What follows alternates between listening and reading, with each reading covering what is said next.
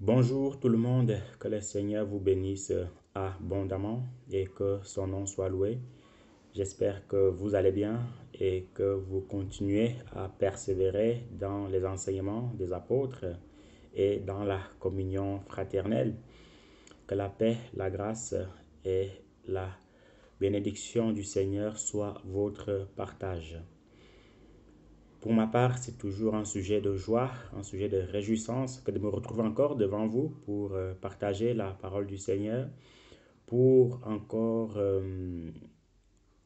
dire ce que le Seigneur a mis à mon cœur pour que plusieurs puissent en bénéficier, pour que plusieurs en fait puissent être bénis par ces paroles. Donc sinon, de mon côté, ça va, le Seigneur fait grâce. Voilà, le Seigneur fait grâce. Et c'est vrai que ça fait un bout de temps que j'ai pu faire des vidéos. Mais par la grâce de Dieu, le Seigneur me donne encore les forces nécessaires pour me tenir encore au-devant de vous, pour prêcher sa parole, hein, pour prêcher sa parole. Donc, c'est un peu ça. Aujourd'hui, nous allons parler, par la grâce de Dieu, des fiançailles. Nous allons parler des fiançailles. Voilà, des fiançailles. Parce que vous savez, aujourd'hui, hein, aujourd'hui, tout le monde veut se marier, tout le monde veut se marier. Tout le monde prie pour que le Seigneur donne en fait un bon époux, une bonne épouse. Tout le monde prie pour tomber sur le bon, ainsi de suite, ainsi de suite. Mais il faut savoir qu'avant le mariage, il y a d'abord ce qu'on appelle la période des fiançailles pour les enfants de Dieu. Et c'est une étape cruciale, c'est une étape très importante, hein, parce que si on se loupe hein, de manière volontaire, hein, parfois même de manière volontaire, dans les fiançailles, mon frère, ma soeur, notre mariage risque d'être catastrophique, hein, risque d'être catastrophique, parce que imaginez-vous, vous tombez sur un homme violent dans le mariage, bah, vivre avec lui au quotidien, ce ne sera pas du tout évident. Imaginez-vous, vous mariez avec une femme Jézabel qui ne respecte rien, pas de soumission, rien du tout. Alors, bah, imaginez-vous alors qu'est-ce qui va se passer lors du mariage en fait. Hein. Ce sera certainement en fait les assiettes qui vont voler. En fait, les assiettes qui vont voler dans tous les coins de rue, qui vont voler de gauche à droite, ainsi de suite, ainsi de suite. Raison pour laquelle il faut vraiment prier le Seigneur pour tomber sur le bon. Il faut vraiment étudier la personne.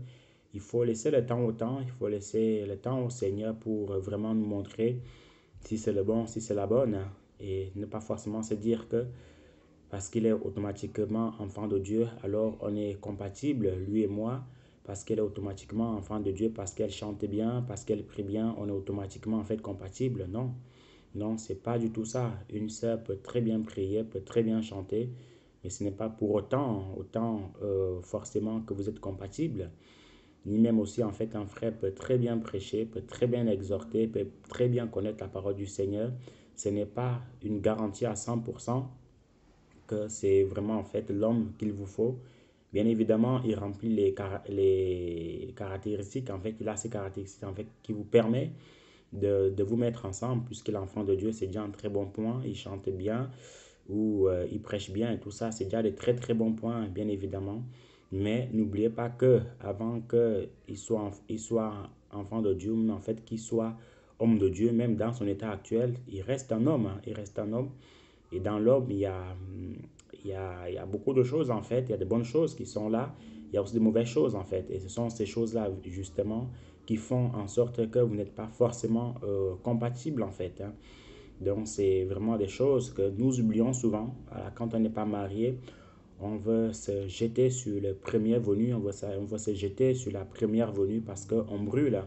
Parce qu'on brûle, parce que on a l'âge avance, on a 30 ans, 32 ans, 40 ans, il n'y a personne toujours. Du coup, on se dit, le prochain qui va venir, je vais me lancer dans ses bras. Ou la prochaine qui va venir, je vais me lancer dans ses bras. D'autres même vont jusqu'à dire que, bon, de toute façon, vu que je trouve personne dans la maison du Seigneur, alors je vais me plonger auprès des païennes, hein, auprès d'un païen, auprès d'une païenne.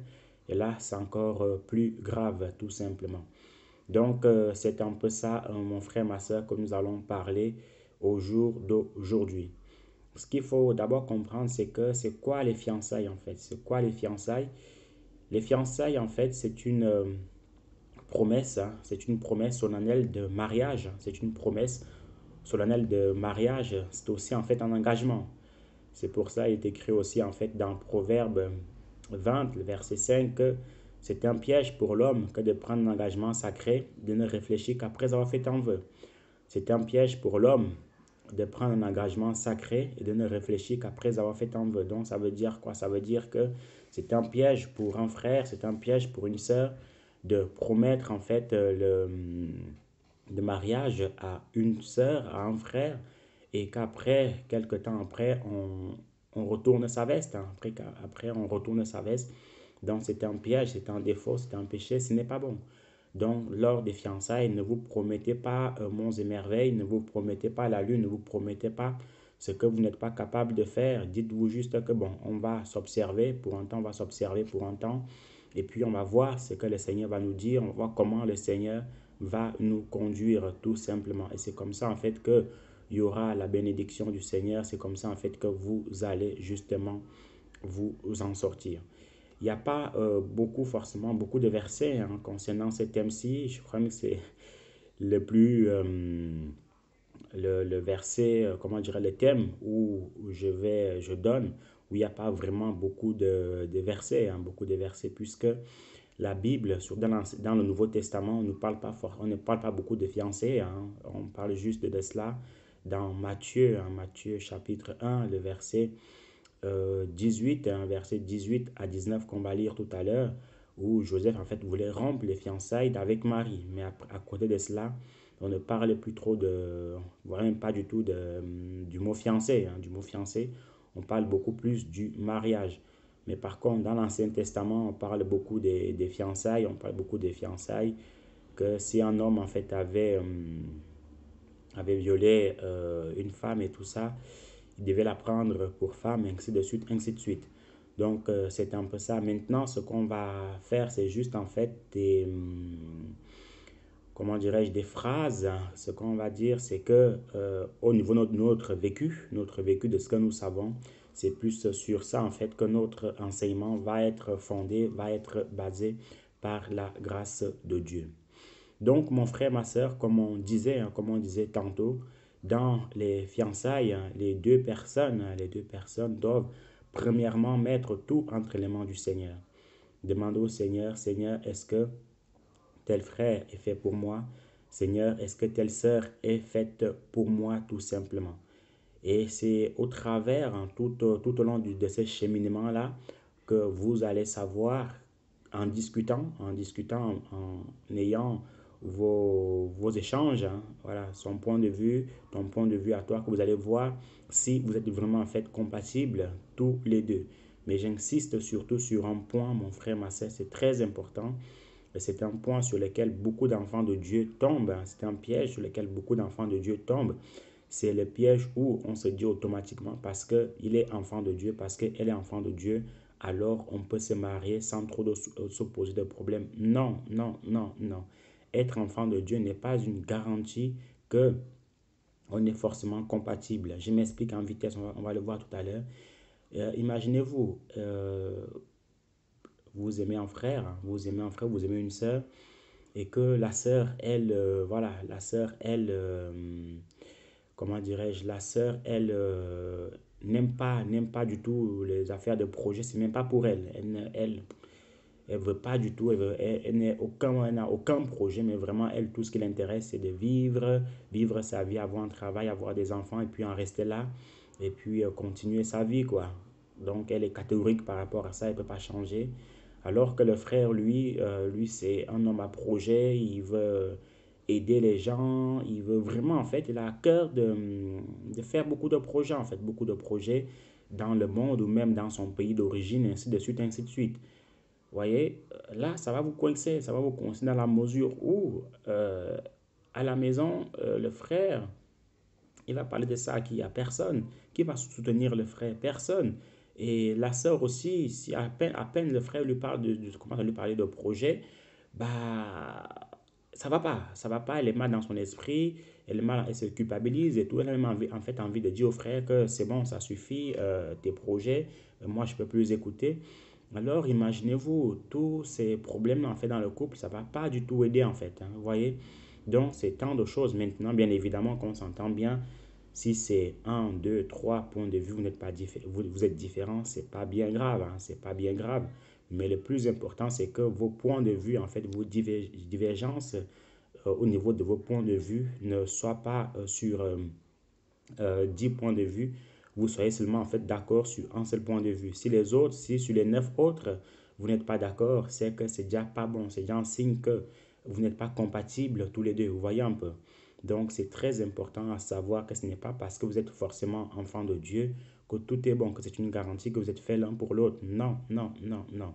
Mais par contre, si l'enfant de Dieu, si elle est enfant de Dieu, c'est déjà en fait un très, très, très, très bon point puisque le Seigneur nous recommande, le Seigneur nous dit que nous devons nous marier avec ceux-là qui craignent le Seigneur tout simplement. Donc, c'est un peu ça. Maintenant, mon frère, ma soeur, voici quelques points parmi tant d'autres. Parmi tant d'autres. Vous pouvez aussi citer ce dont vous connaissez en dessous de cette vidéo. Ces différents points que vous connaissez pour tout ce qu'on doit se dire dans le couple, tout simplement, tout ce qu'on doit se dire dans le couple.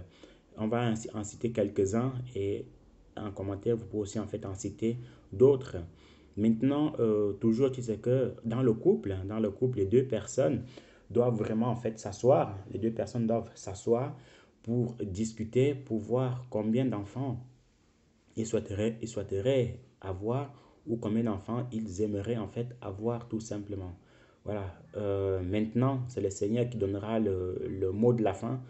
Quand je parle de mot de la fin, c'est par exemple si vous vous dites qu'on veut seulement quatre enfants, on veut seulement quatre enfants, bon, mettez cela entre les mains du Seigneur.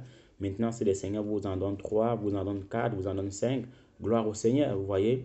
Donc, toujours est-il que vous devez discuter par rapport à cela dans votre cheminement dans les fiançailles. Et aussi, les deux personnes, en fait, vous devez vraiment très, très important, vous devez tout vous dire dans les fiançailles. Vous devez tout vous dire dans vos fiançailles. Quand on parle de tout, c'est vraiment tout. Parce que si vous commencez en fait à cacher votre vie ancienne, à cacher votre vie, bah, tôt ou tard, surtout si ce sont en fait des éléments importants, si ce sont des événements en fait qui sont passés dans votre vie importants et que vous les cachez, ben, le jour où l'autre va les découvrir, mon frère, ma soeur, là, je peux te garantir que le regard qu'il avait envers toi avant ne sera plus le même. Ma soeur, mon frère, je peux te garantir que le regard qu'elle avait envers toi avant ne sera plus le même parce que tu lui as caché cette chose-là. Je m'explique, hein, je m'explique. Dans le couple, enfin, dans les fiançailles, la sœur doit dire si elle a eu des enfants dans le monde avant et combien. Voilà, il faut que le frère soit au courant de cela. Le frère doit être au courant, comme ça, moi, il sait où il met les pieds. La sœur doit, de manière humble, de manière honnête, de manière sincère, lui faire comprendre que, écoute, dans le monde, soit j'avais une vie assez active, voilà, j'ai eu deux enfants, ils ont tel âge, ainsi de suite, ainsi de suite. Le frère aussi doit être honnête, ouvert pour dire à la sœur qu'écoute, dans le monde, j'ai eu tel nombre d'enfants, ainsi de suite, ainsi de suite. Et je pense que quand vous êtes déjà en fait honnête comme ça, la personne qui est en face de vous, je m'explique, si vous tombez sur si un frère tombe sur une sœur qui n'a pas eu d'enfant dans le monde et que le frère en a eu quatre ou trois, rien que le fait que le frère puisse ouvrir son cœur envers la sœur, ça va peut-être choquer la sœur en disant que waouh, quatre enfants quand même, comment je vais faire, ce ne sont pas mes enfants et tout ça, on ne les a pas eu ensemble, comment je vais faire. Mais la sœur ayant aussi en fait un cœur compréhensif, et rien que le fait que le frère lui ait soumis cela, elle va quand même se dire, ok, il a quand même été honnête envers moi, voilà pourquoi j'accepte cela. Vous voyez un peu. Donc, c'est vraiment très, très important de le savoir. Et pareil aussi pour le frère, hein, ainsi de suite, ainsi de suite. Si la sœur, en fait, elle a des maladies, une santé fragile, la sœur doit être honnête pour faire comprendre au frère qu'écoute, là où tu me vois là, voilà, je suis très fragile au niveau de la santé. Je tombe très, très fréquemment malade. Là, vous me voyez, là où tu me vois, j'ai des maux de tête, des maux de ventre, le mal aux pieds, ou j'ai le... Voilà, tout en fait, tout lui parler au niveau de sa santé, si elle a une santé fragile ou pas. Comme ça, moi, ça permet aux frères de savoir que voici, si je la marie, hein, si je la marie, voici ce qui nous attend dans le couple, si jamais elle tombe malade ou si jamais en fait elle est fréquemment malade à la maison. Vous voyez un peu. Donc, c'est très important. Le frère aussi, s'il a une santé fragile, doit être humble en disant à la sœur, écoute, j'ai tel problème, j'ai tel problème, j'ai tel problème, j'ai tel mot. Alors, voici la situation, ainsi de suite, ainsi de suite. Et par la grâce de Dieu, je dirais même en fait que les deux personnes, en fait, si vous vous aimez vraiment, je pense que durant les fiançailles, vous pourrez déjà en fait mettre cela dans la prière et le Seigneur pourra vous soutenir, le Seigneur pourra vous aider. Donc, ne vous cachez rien, asseyez-vous, hein, asseyez-vous et discutez vraiment de toutes ces choses-là. Prenez le temps nécessaire pour discuter de toutes ces choses-là au niveau de votre santé fragile ou au niveau de vos enfants que vous avez eus dans le monde au dehors. Prenez le temps, c'est très très important, c'est nécessaire de prendre ce temps-là, c'est nécessaire en fait de discuter de toutes ces choses-là en toute tranquillité comme deux personnes qui allaient vivre ensemble. Vous voyez, donc prenez-le vraiment à cœur. Maintenant, de l'autre côté aussi, si jamais le frère était un grand sorcier, hein, était un grand sorcier, un grand sataniste, le frère doit aussi être humble et dire à la sœur, écoute, dans le monde, j'étais plongé dans les œuvres de l'ennemi, dans les œuvres de les ténèbres. Je ne le faisais pas de mon propre gré, voilà, ou il peut aussi dire que voilà, j'étais conscient de ce que je faisais, ainsi de suite, ainsi de suite. Mais il doit être honnête et dire cela à la sœur. Maintenant, la sœur, qui a un cœur sincère, enfin qui a un cœur aimant, peut comprendre ou peut ne pas aussi comprendre, hein, voilà, vous voyez, peut comprendre que voilà, il était peut-être dans la sorcellerie, dans la magie avant, maintenant il est converti. Toutes ces choses en fait l'ont quitté, toutes ces choses en fait l'ont quitté. Il est délivré, maintenant il est délivré, maintenant il sert le Seigneur. Donc ces œuvres-là en fait sont très très loin de lui. Maintenant il sert le Seigneur avec un cœur sincère et avec un cœur pur. Vous voyez un peu. Et là, le Seigneur va aider, va convaincre le cœur de la sœur de prendre le frère, malgré en fait, malgré qu'il était plongé dans les œuvres des ténèbres avant. Ou aussi, la sœur peut se dire, oula, moi, me marier avec un ex-sorcier, avec un ex-sataniste, moi, je ne peux pas du tout faire ça. Bon, on ne va pas en vouloir à une sœur qui fait cela, qui dit cela, que non, non, non, non, non, non. Moi, les affaires de sorcellerie, là, moi, les affaires de magie, là, ce n'est pas pour moi. Non, mon frère, je préfère qu'on s'arrête là. Bon, on ne va pas en vouloir la sœur. Vous voyez un peu. Et de l'autre côté aussi, si la sœur aussi était plongée dans ces choses-là, il faut qu'elle soit honnête envers le frère. Il faut qu'elle soit sincère envers le frère pour que le Seigneur puisse convaincre ou pas les frères à se marier avec la sœur. Voyez un peu. Donc, une fois de plus, on ne peut pas en vouloir un frère qui dit à la sœur que après cela, que moi, je ne peux plus avancer avec toi, c'est mieux qu'on s'arrête là. On ne peut pas non plus l'en vouloir, mais nous souhaitons que les deux personnes, en fait, puissent être compréhensives. Je ne suis pas en train de dire que mon frère, ma sœur, même s'il a été dans la sorcellerie, tu dois seulement l'épouser. Non, parce que ce n'est pas moi qui vais vivre dans votre couple et que si jamais ton cœur est tout le temps en trouble et tout ça, déjà, ce n'est pas bon. Si jamais tu es avec quelqu'un et que ton cœur en fait est sans cesse en trouble et que ton cœur est sans cesse en fait à se poser des questions que voilà elle était une ancienne sorcière, il était un ancien sorcier, qu'est-ce qui va se passer cette nuit, est-ce qu'il va encore se lever, est-ce qu'il va encore aller manger les gens, ainsi de suite, ainsi de suite. Non, ce n'est pas bon. Donc si tu l'acceptes comme ça, dis-toi juste que voilà, le Seigneur l'a délivré et que tout se passera bien tout simplement. Vous voyez un peu. Et de l'autre côté aussi, parlez de vos futurs projets. Parlez de vos futurs projets.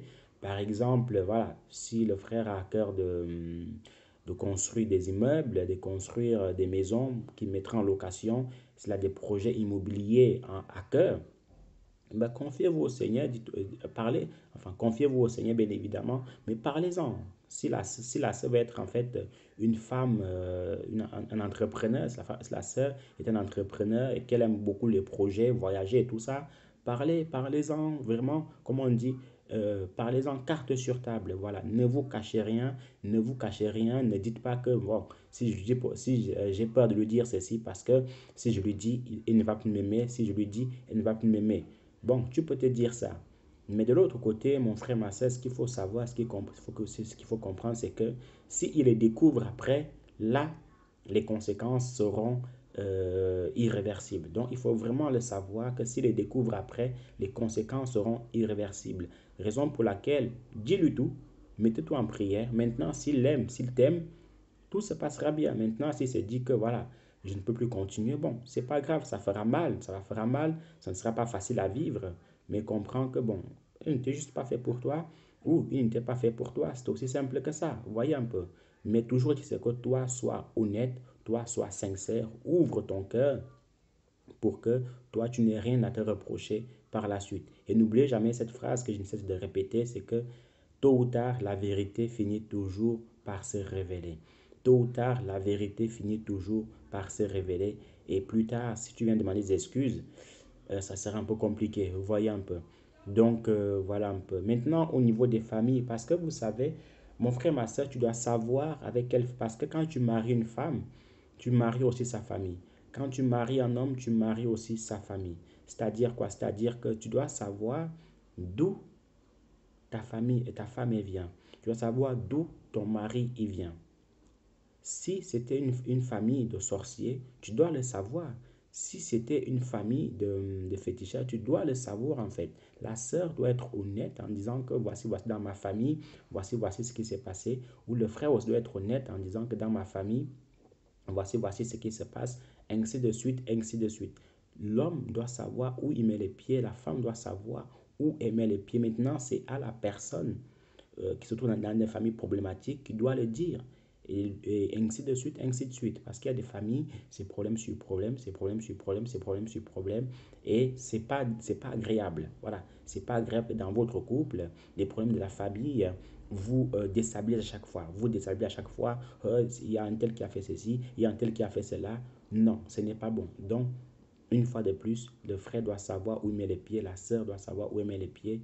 Maintenant, pour le savoir, c'est la personne qui doit dire que voici dans ma famille ce qui se passe, ainsi de suite, ainsi de suite. Donc, c'est un peu ça. Maintenant, il y a aussi un autre point sur l'œuvre du Seigneur. Si la sœur elle a à cœur d'être chantre, si la sœur a à cœur d'être chantre, ou si le frère a à cœur d'être prédicateur, ou un simple serviteur comme ça, donc vraiment, le frère ou la sœur doit avoir le cœur sincère pour le faire comprendre aux frères et sœurs. Parce que, enfin, à la sœur ou au frère. Parce que dites-vous une chose, en fait. Pourquoi j'insiste sur cela? C'est parce que c'est la personne avec qui vous allez faire votre vie. Et une vie, ce n'est pas 2 ans, ce n'est pas 3 ans, c'est de manière juste